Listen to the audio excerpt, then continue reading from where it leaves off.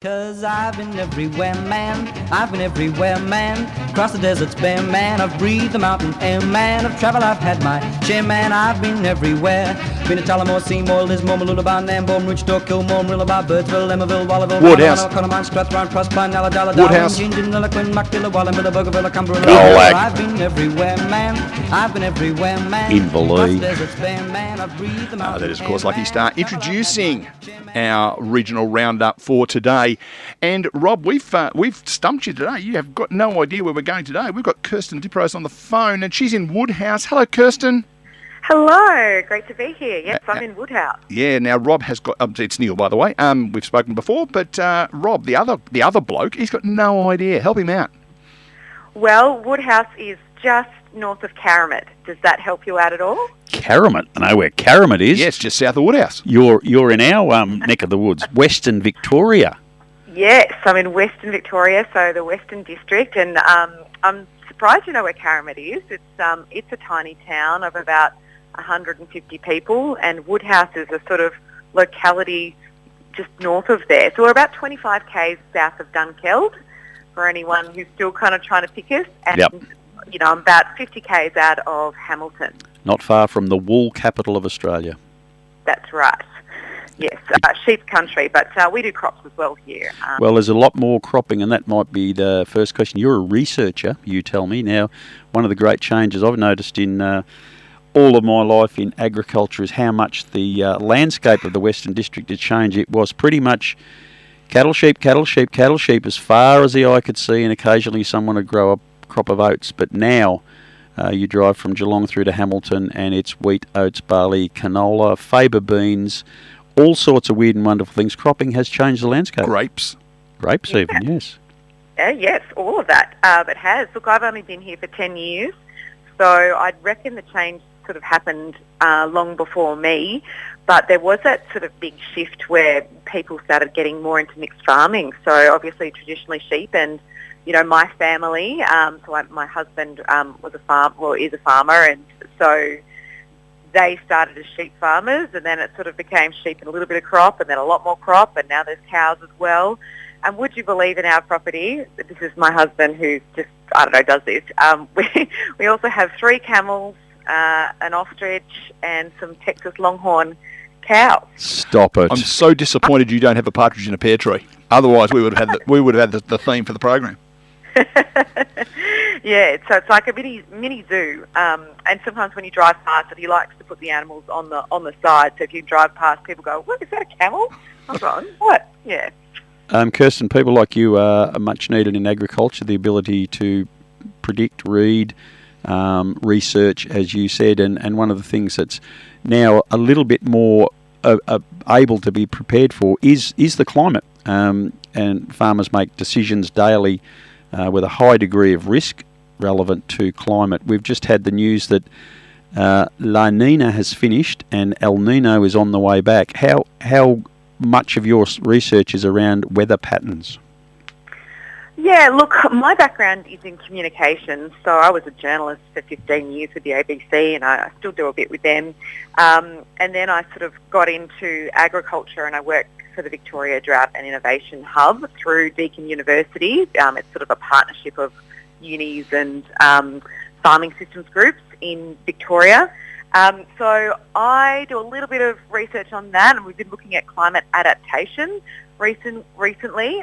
But my role is to kind of help with the communication side of things. So to help the sort of scientists and other researchers in that area get that stuff out to the farms, and also from all the innovation and trials that happens on farms back to the universities to help the two talk. So my research is certainly not in that sort of area of weather pattern, but I do know about it from communicating it, basically. So yeah, another El Nino is something that, you know, is a possibility, and so we're waiting to see. I think, you know, the Bureau's looking at it, and there's a lot of sort of climate modelling that's being done, and climate models are getting better, which is really exciting as well, to be able to look a little bit further ahead into the future. But certainly something that we communicate a lot is about drought preparedness.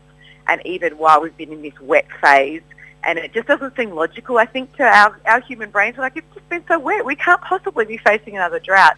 but we have to start preparing early and kind of start thinking about it and preparing our businesses for the possibility of there being a drought. And we know that another drought at some point is inevitable. It's part of the Australian landscape. So that's kind of what we talk about a lot in that hub. So down in your neck of the woods, one of the barometers, that's where I was looking. I knew some sort of meter that we use is the health of local sport. In terms of the number of teams that are still existing, and whether that be netball or cricket or footy. What's going on down in that neck of the woods? Are you seeing teams having to merge or disappear?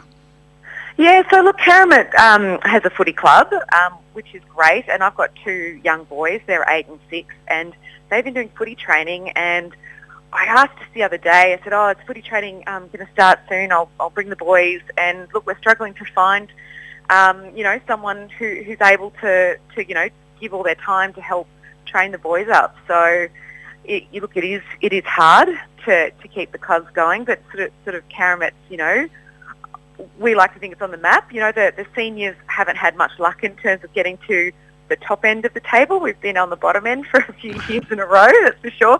But last year, the under-16s, the young ones, made it to the grand final, and look, they didn't win, but they made it to the grand final. I can't remember how long it was, but it's been a long time since any Karamat football team has made it to a grand final. I've never seen that in my time here, 10 years. So we were very, very proud. Like the future is bright. There's some young ones coming through, showing some talent, so that's good. And of course, there's a netball team as well, and various grades. The netball team's quite strong, and there's quite a good community of women. I can't say I'm part of it. I do love the fact that I get asked every year, despite now being in my late 30s. I love that I'm still one of the top picks for the region.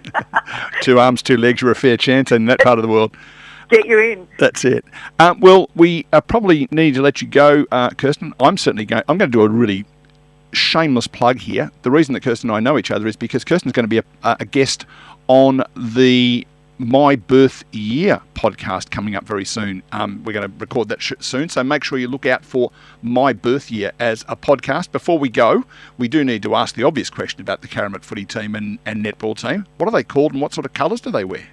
Karamat Swans, so they're the Sydney Swans colours, which is great because I'm originally from Sydney, so I like that sort of synergy that there's some footy colours that, relate to my hometown, so I think that's really nice. But you haven't asked me about Woodhouse. Oh, no, we haven't. No, sorry, so tell us about Woodhouse. We've got a couple of minutes, but that's all right. Woodhouse is probably like Wordy Bullock. It's just a funny name of a funny place where a few people live. That's right. It's just a locality now with a farming community. But, back in the day, 60, 70 years ago, it used to have a school and a lot more. Now it's just got a CFA shed and a hall. But the hall is what we're very proud of. It's sort of our community hub, and it's I'm president of that hall, and we still run functions. We'll do trivia nights and things. It's been a little bit quiet of late, but, we crank it up. We always have a Christmas gathering.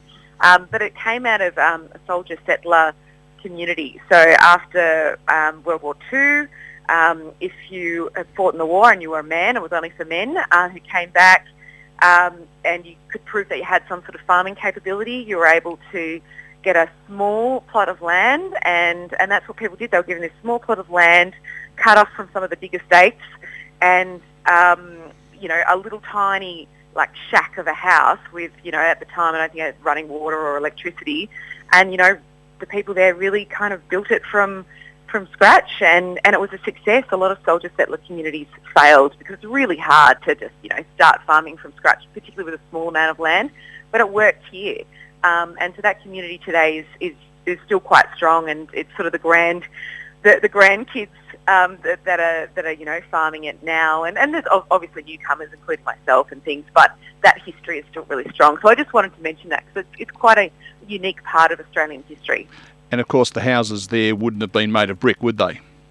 No, it was just this absolute shack they started with, and I think they got a better one sort of 10 or 15 years later, and then most people just sort of built their own eventually as time went on. I'll try again, and then I'll deliver the punchline as well. They wouldn't have been built out of bricks, would they? No, they would have all been wood houses. Neil, Yes. Neil, if you have to explain the joke, it's not funny. No, I just thought it was sitting up there, and I thought she's going to smash this down the side. No, they were all Woodhouse, and you missed it. What's going on? I'm saving my best work for 2 minutes before the end of the program, and you've missed it. Unbelievable. Too quick for me. I'm sorry. Kirsten, on a personal level, coming from Sydney to a place like this, how much of a culture shock for you, or was it such an enjoyable one you've just embraced it totally? Bit of column A, bit of column B. It was definitely a culture shock, but I've really enjoyed it. I love the community side of things. So I grew up in Western Sydney, and I'm sure I'll tell you all about it on the podcast. But so it's quite different life here in the Western District compared to Western Sydney on many accounts.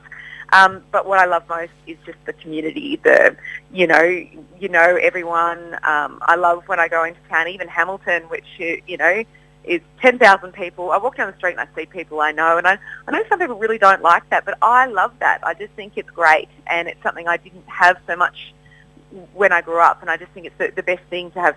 Relationships is what makes us happy in life, and I love that I know the people who work at the stores that I'm shopping at and all of those things. And I just never lose sight of that. So that's the number one reason I love where I live. And look, I've come to really enjoy agriculture, and now I work in that field, and I find it endlessly fascinating. So it's opened so many doors I certainly didn't expect to land here, but I'm very glad that I did.